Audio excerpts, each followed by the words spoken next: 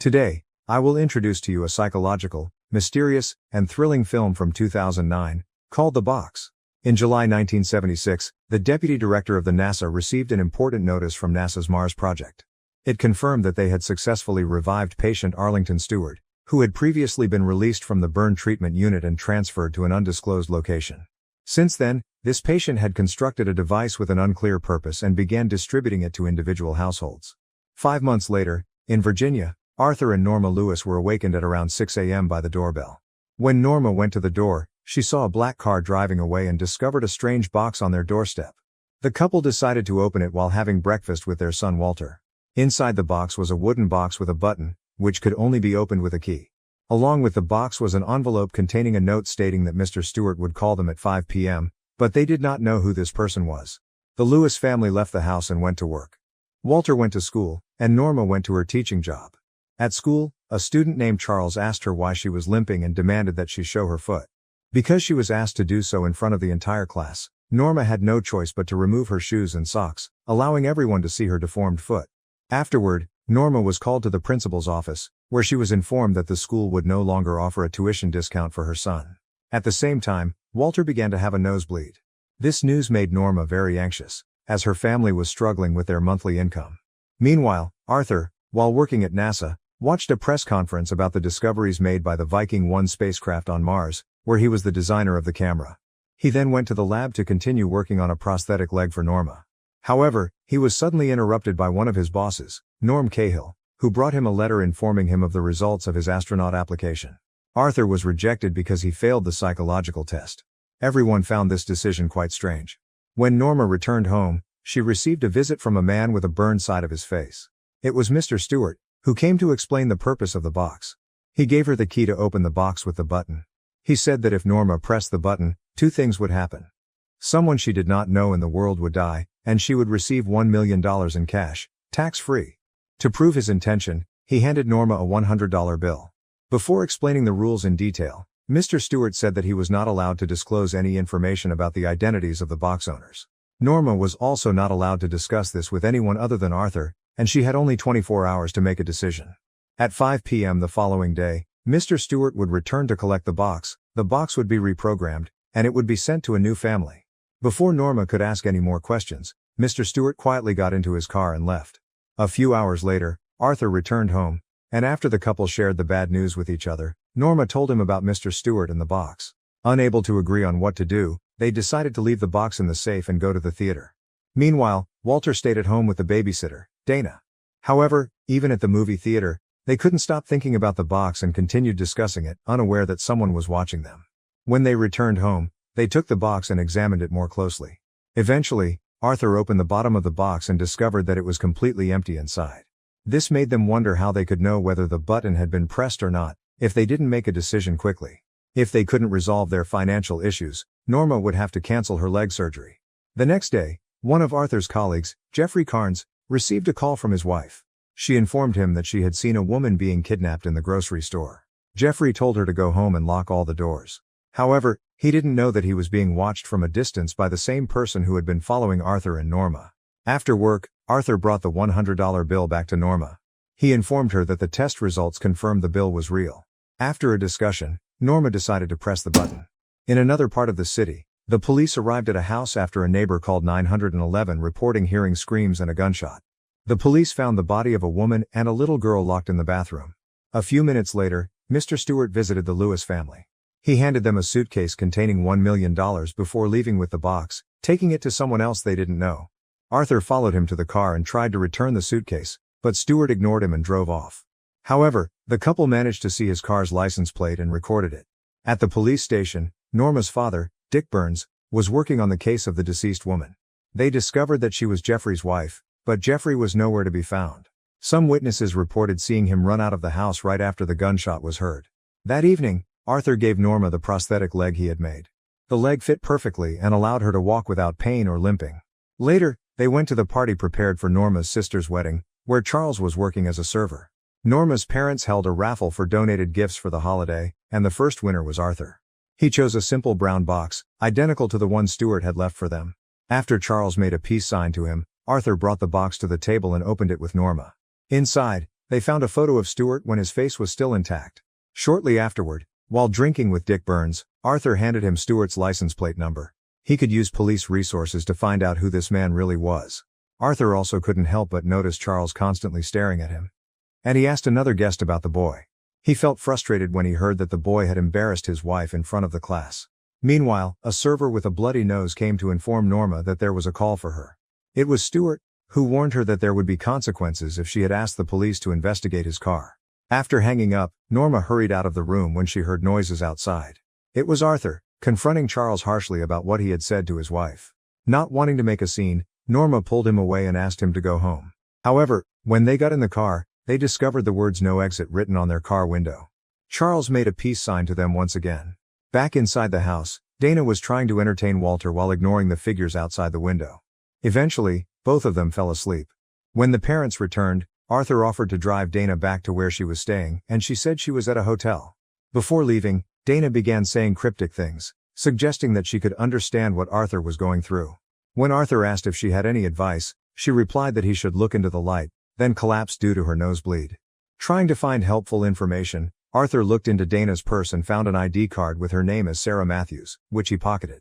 When Dana woke up and began to panic, she told Arthur that he needed to leave because the place was not safe for him. When Dana entered the hotel, all the guests stepped out to watch her as she walked to her room. There, she had a large board with a map and photos of the Lewis family. The guests then went out to the hotel pool to look at the water. Arthur returned to Norma and told her that Dana had lied about her name and where she was from. Norma explained that this could be what Stewart was implying when he said he had staff who could tell him what they were doing. While looking at a photo of Stewart, Arthur realized that he had seen him somewhere before. He quickly went to search for a poster of the first Viking mission to Mars. Stewart was actually one of the crew members of that mission. The next day, Stewart called Norma to warn her about the potential consequences.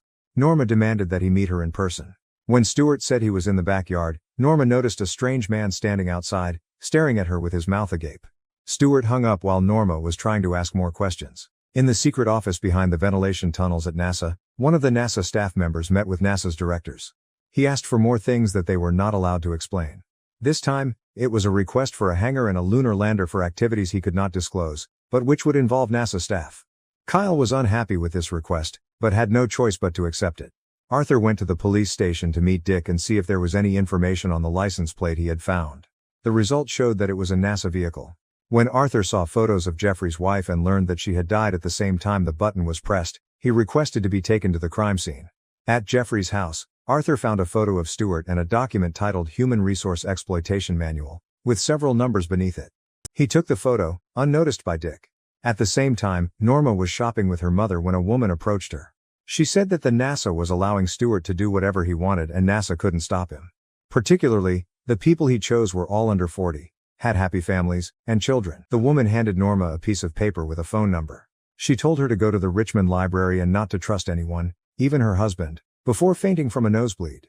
Norma and Arthur went to the library to check the phone number. Norma discovered a recording about a NASA hangar and the damage caused by lightning the previous month. She also found a video about a NASA press conference that Stewart attended before the tragedy. After watching the video, Norma was led by two women to where Stewart was waiting to talk. He explained that since being struck by lightning, he had been in contact with those who were controlling the situation. He wanted to know how Norma felt the first time she saw her own face, because he thought she might feel pity. However, Norma replied that she felt love, because she understood the pain that disfigurement could bring to someone's life. At least she could hide it, whereas he had to carry that face into the light. After hearing these words, Stewart asked Norma to hold his hand. As soon as she did, she fainted. Arthur found a book about lightning and an article about a NASA employee who had been struck by lightning. As he left the room, a group of library guests began to follow him. He tried to leave through the reading room, but everyone there also stood up and watched him. His path was blocked by Clemity, Stewart's wife, who said the library was only for staff, and they were all being monitored. Clemity led Arthur to another room, where there were 3 gates on the floor. Arthur had to choose carefully, as only one gate led to salvation, while the other 2 would lead to eternal destruction. Clemity extended her hand and began to bleed as she activated the gates. 3 water gates appeared, forming 3 massive columns of water. Arthur did not hesitate to choose gate 2, remembering the sign Charles had made to him at the party. As soon as he touched the gate, Arthur was sucked into a beam of white light. In an instant, he and the flow of water appeared in his room, hovering above Norma, who was sleeping. She woke up just before her husband fell onto the bed with the stream of water. Walter came to check, and while cleaning, he told Norma that the night before she came home looking like a zombie, saying nothing and just going straight to bed. Meanwhile, Kyle secretly met with a NASA employee, who revealed that Stewart had been struck by lightning 5 months ago. The reason NASA hadn't heard anything further about him was because Stewart was no longer normal. After the accident, he died. But a few hours later, when he was placed in the morgue and put in the freezer, a nurse heard him laughing. As a result, Stewart was transferred to a high-security military hospital. Since then, he exhibited extraordinary abilities such as rapid recovery and halting cellular degeneration. Unaware of this, Stewart listened to the entire conversation. The NASA agent then asked why Stewart chose a box. He explained that houses, cars, and TVs were all boxes, and they all rotted the soul within the body. A box that, when one dies, would be placed in another box. Stewart's test could be passed by not pressing the button. These tests would help his masters decide the fate of humanity. Nearby, all the staff, like Dana, were being led into a beam of white light, preparing for another test in Massachusetts. That night, the Lewis family attended Norma's sister's wedding. While dancing, Arthur described the light to Norma as a warm embrace, not here or there, but something in between, with no despair in the human heart. As always, they were being watched by Stewart's people. But when Arthur began to feel ill and went outside, it wasn't a staff member who stopped him. It was Jeffrey, who threatened him with a gun. Jeffrey said it was too late for him, but Arthur still had a chance to save himself. He pulled Arthur into the truck, along with him. Norma and Walter noticed her husband was missing and ran after them, but a group of people arrived and captured both of them. In the truck, Jeffrey showed Arthur some confidential documents, saying that those with brain hemorrhages at the forehead couldn't be considered staff. This was Stewart's weakness.